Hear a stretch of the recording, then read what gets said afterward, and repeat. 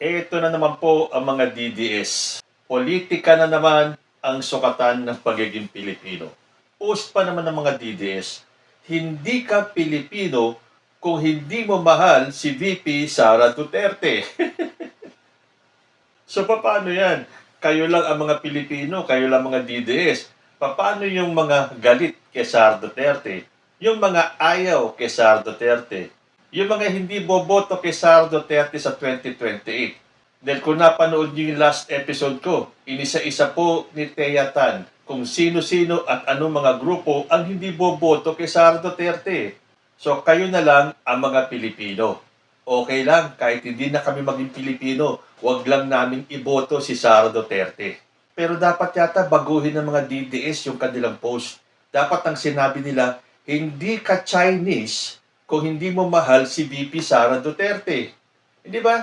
Pro-China kayo eh. Tapos sasabihin nyo, hindi kami Pilipino kung hindi namin mahal si Sara Duterte. Talagang hindi namin mahal ang isang pro-China. Kung kayo mahal nyo ang isang pro-China, edi magsama-sama kayo. Lahat talaga gagawin ng mga DDS para pagandahin nila ang imahe ni Sara Duterte. Getting ready for the 2028 elections. But, sorry to say, para sa akin, Sara Duterte will never be President of the Philippines. Siguro kung haharapin ni Sara Duterte lahat ng akusasyon, aligasyon at kaso niya at mapatunayan niya na wala siyang kasalanan, yun, baka mahalin pa siya ng buong sambayan ng Pilipino. Yan ay kung haharap siya at sagutin ang lahat ng akusasyon, lahat ng aligasyon at ang mga kasong kinahaharap niya. Tandaan po niyo yan. Kahit na ako, mamahalin ko si Sara Duterte, basta mapatunayan niya lang na wala siyang kasalanan sa lahat ng inaakusa sa kanya. Maliwanag. Like father, like daughter nga ba talaga si Digong sa si Sara Duterte? Meron po kasi akong napanood na video ni Sara Duterte kung saan parang naiinip na siya na bakit hanggang ngayon hindi pa daw siya napapakulong ng mga gustong ipakulong siya. Dahil sa wala naman daw makitang ebidensya ang mga ito na may pagkakamaling nagawa si Sara Duterte. Actually, ma'am, inaantay ko lang kung kailan nila ako ikukulong. But apparently, hanggang ngayon, hindi pa rin nila mabubuo talaga kung ano yung strategy nila, paano nila ako ikulong. Dahil wala talaga silang ebidensya ng maling ginawa. Naku, be careful what you wish for. Natatandaan nyo yung sinabi ng tatay niyang si Digong? Nagtataka ako hanggang ngayon ng Justice Department hindi pa nag-file ng kaso hanggang ngayon. Katagal lang. Batagal ako pumapatay ng tao hanggang ngayon hindi pa sila nag-file ng kaso? O ayan, kakayabang ng tatay niya. Nasaan siya ngayon? Nasa ICC. Ngayon, ito naman si Sara ang nagyayabang. Parang naiinip na rin siya. Handang-handa na siyang magpakulong. Basta daw meron ng ebidensya magpapatunay na siya ay may ginawang mali. Makikita po natin yan. Pag umusad na ang investigasyon na patong-patong na kinaso sa kanya ng civil society groups. Hintayin mo lang, Sara. Huwag kang mainip. Darating ka rin doon. Isa pang case ng like father, like daughter. Natandaan yung pipirma sana si Digong ng bank waiver para daw mabuksan lahat ng bank accounts nila kasama yung joint account nila ni Sara Duterte. Kung may totoo lang maski isa, I will hang myself in front of you. You can summon, I will sign a waiver, all banks, pati yung World Bank ng Amerika. Kung may isang totoo lang nakiting, I will resign and I will ask my daughter to resign and everybody in the family. That is my guarantee. And I will hang myself. Will the former president be okay that if we draft the waiver now, that it be signed today instead of tomorrow? Will you be fine with that, Mr. President? Anong kapalit, sir? Hindi. Sampalin ko siya sa publiko. Hindi, wala naman. Ngayon na. Wala pong ganunan. Mr. Chairman. I'll give you, sasampalin ko sa Mr. Chairman. Session suspended.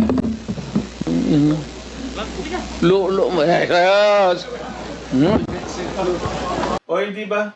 Ang lakas ng loob ng sinabing pipirma siya ng bank waiver. At kapag napatunayan daw na meron talaga siya mga itinatagong yaman, pagre-resignin daw niya ang mga anak niyang si Sara, si Pulong at si Baste. Tapos nung kinasahan siya ng isang mambabatas na right there and then, magpipirmahan sila. Biglang kumambyo. Ano daw ang kapalit? Sasampalin niya si Trillanes sa harap ng publiko. Puro yabang kasi itong mga Duterte. So hanggang ngayon, nakatago yung mga bank accounts na malapit ng maungkat once na mag-umpisa na ang investigasyon sa ombudsman. Dahil ang pagkakaalam ko, may power ang ombudsman na silipin ang mga bank accounts ng kanyang iniimbestigahan. At diyan po may sagot si Sara Duterte. Kung napanood niyo yung paliwanag niya dun sa mga misteryosong bank accounts at mga joint accounts ng kanyang tatay, na nagtataka siya kung paano siya nagkaroon ng ganong kadaming account sa mga bangko. Panoorin po natin. Yung mga bank accounts po ni former President Duterte, ni Mang Adilet, sa isa inyo daw na joint account daw. And sabi po ni PRRD na he's willing to quote him, magbigti daw po in public, and he will also push you and your brothers, Kong Kulong and Mayor Baste, to resign daw, pag totoo daw po yung bank accounts. Your reaction po, ma'am? Oo. Actually, yung listahan ng bank account na yan, bank accounts, madami yan, di ba? Noong, was it 2016 na nilabas? Oo. Hanggang ngayon, may file ako niyan. Kasi nung lumabas yan, isa-isa ko pinuntahan lahat ng bangko. At tinanong ko sila isa-isa sa mga nakapangalan sa akin at yung mga accounts. Meron talagang mga accounts doon na hindi alam ng bangko, hindi ko rin alam, pero nandoon siya sa listahan. So, tinatanong ko yung bangko, bakit may ganito? Sabi nila baka non-existent talaga yan na mga accounts. So, meron akong accounting even nung mga sinasabi nilang transactions. Tinanong ko din yan sa bank. O hindi ba naman tayo ginagawang tanga at bobo ni Sara Duterte? Pinuntahan daw niya isa-isa. Dahil marami daw yun eh. Isa-isa yung mga bangko. Tinanong niya kung talagang meron siya mga account sa mga bangkong yon at kung meron silang joint account ng tatay niya. Hindi ba nakakawindang yung sagot niya? Na kahit na yung bangko hindi alam kung bakit biglang nagkaroon ng pangalan ni Sara Duterte at joint account nilang mag-ama doon sa bangkong yun. Apaka-bobo naman ng mga bangkong yun kung hindi nila alam kung bakit nagkaroon ng bank accounts ang mag-amang Duterte. Kalokohan naman yan. Ginagawa naman tayong tanga nitong si Sara Duterte. Pinalalabas ni Sara na ang sabi ng mga bangkong ito ay basta na lang daw andun yung mga pangalan nila. Paano sila magkakaroon ng account ng hindi alam ng bangko? Yan ang mga klase ng pambubudol ni Sara Duterte sa mga Pilipino. Ginagawa tayong tanga at bobo. Tingin ko nga itong mga Duterte, pinaglalaruan na lang po tayo mga Pilipino. Akala nila mapapaikot nila tayong lahat. Kung sa Davao, oo, maraming mga tao doon na napaikot nila, maniniwala kayo sa paliwanag ni Sara Duterte na basta na lang nagkaroon ng account doon sa mga bangkong yon na kahit yung bangko, hindi nila alam kung bakit nagkaroon ng pangalan doon si Sara Duterte sa Kasidigong. Huwag kami.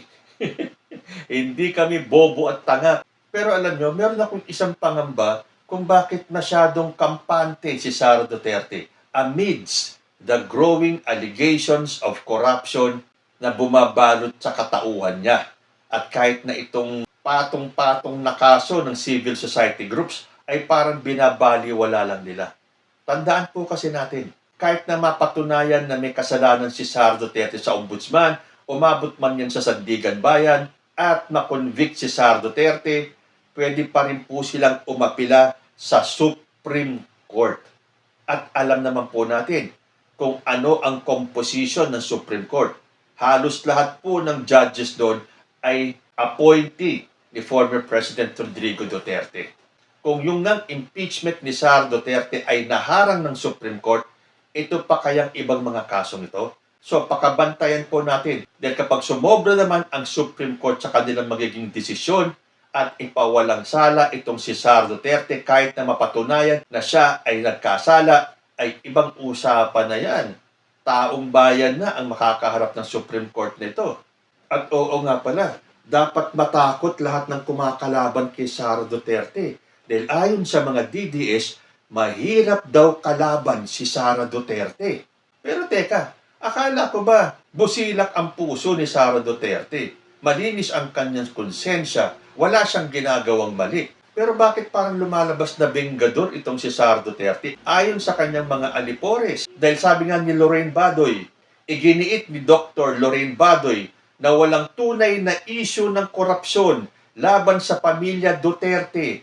Kaya umano na pipilitan ang mga kalaban nila sa politika na mag-imbento ng mga paratang. Sabi ni Badoy, mahirap talagang kaaway ang mga Duterte. Kailangan mo talagang mag-imbento ng mga issue laban sa kanila dahil hindi naman sila magnanakaw. Wala talagang issue ang mga ito. Malilinis silang tao. Malilinis talagang tao ang mga Duterte. Kahit na sinabi na ni former President na siya ay marami nang nanakaw sa gobyerno pero naubos na ang lahat. Hindi ako nagmamakalinis. Marami rin akong nanakaw pero naubos na. So, aminado si Digong. Tulad nung pag-amin niya na marami na siyang napatay, aminado rin siya na marami siyang nanakaw sa gobyerno. Yan ba ang malinis, Badoy? Yung mga confidential funds na hindi maipaliwanag ni Sara Duterte. Pero teka muna, ginigit kasi ng mga alipores ni Sara Duterte na kaya nga daw confidential funds. Ang tawag sa confidential funds ay dahil confidential. Teka muna, kung ganyan kasi ang magiging kalakaran, di napakadaling maging corrupt kapag ikaw ay nakaupo na sa pwesto. Kasi pagkakaintindi ko, kahit na puro mga fictitious names, tulad nila Mary Grace Piatos o kung sino-sino pa, ang ipinasok nila mga pangalan sa COA, hindi ba dapat merong separate document, yung talagang selyado, na walang ibang makakabasa kundi ang COA, at doon nakasulat ang mga totoong pangalan ng mga recipients ng pera ng bayan. Hindi po pwede yung puro Mary Grace Piatos lang. At gusto nyo tanggapin ng taong bayan yon na ibinigay kay Mary Grace Piatos, kay ganito, kay ganyan. Huwag na kayo magtanong, basta ibinigay sa mga taong yan. Okay, sige, confidential. Pero dapat meron talagang isang listahan kung sino sa totoong buhay si Mary Grace Piatos at yung iba pang mga pangalan ng chichirya. Hindi ba dapat ganon? Sabihin niyo sa taong bayan ang mga fictitious names kasi confidential nga eh. Pero behind that, dapat merong listahan ng totoong mga tao kung sino-sino ang tumanggap ng perang yon. At yan, hindi maipaliwanag ni Sara Duterte. Tapos sasabihin ni Badoy, malilinis na tao. So, ang mga kumakalaban kay Sara Duterte ngayon, na ang dami-dami ng kumakalaban, ay dapat matakot dahil mahirap talagang kalaban ang mga Duterte. Sabi nga ni Harry Roque, Presidente ang Inday Sara, nako, mararamdaman yung hagupit ng inaping pamilya na pinakulong ang presidente na wala namang pagkakasala doon sa malayong lugar. o hindi ba? Nanakot din ang Harry Roque na kapag nanalo ng presidente si Sara Duterte, matitikman nyo ang puot at galit ng isang Sara Duterte. Ibig sabihin, gagantihan niya lahat ng kumalaban kay Sara Duterte. Naku, ang dami nun. Halos buong Pilipinas ay paghihigantihan ni Sara Duterte. Ganon kahirap kalaban si Sara Duterte. Nanakot pa kayo. Taong bayan ang makakalaban ni Sara Duterte. Kung kaya niyong takutin ang mga taga Davao, hindi niyo po magagawa sa buong Pilipinas yan. Ito kasi mga Duterte, akala nila porke nahawakan nila ang Davao, magagawa nila sa buong Pilipinas. Masyado silang nag-ambisyon. Masyadong pumasok sa utak nila na ang kapangyarihan nila ay buong Pilipinas. Na sila ang may pagmimay-ari ng buong Pilipinas. Nagkakamali po kayo. So itong pagbabanta ni Badoy at ni Harry Roque, nakwi daw kayo, mahirap kalaban ng mga Duterte. Magpakita muna kayo ng katotohanan. Paharapin ninyo si Sara Duterte sa impeachment sa February, huwag niyong haharangin, at harapin din niya ang magiging investigasyon sa ombudsman na patong-patong na final ng mga taga-civil society groups. At kapag napatunayan yan ni Sara Duterte na wala siyang pagkakasala, buong Pilipinas maninikluhod sa kanya. Kapag napatunayan niya na napakalinis niya, na wala siyang bahid ng kasalanan at gawa-gawa lang ng mga kalaban lahat ng aligasyon at kasong itong kinaharap niya. Kayo po, sang-ayon ba kayo sa sinabi ng mga DDS na hindi ka Pilipino kung hindi mo mahal si VP Sara Duterte? Comment lang po down below and I will see you in my next video. Diyos te Agmina.